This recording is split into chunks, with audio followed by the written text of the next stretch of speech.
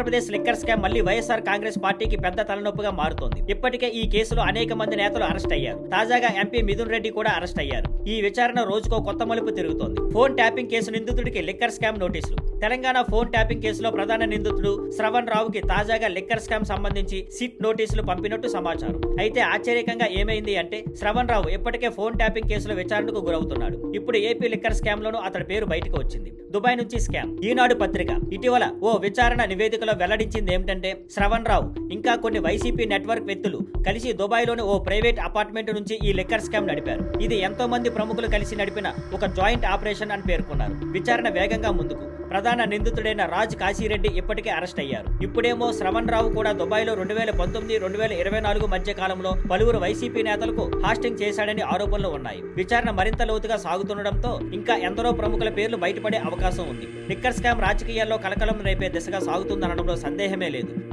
Thank you for watching. Please like, share and subscribe.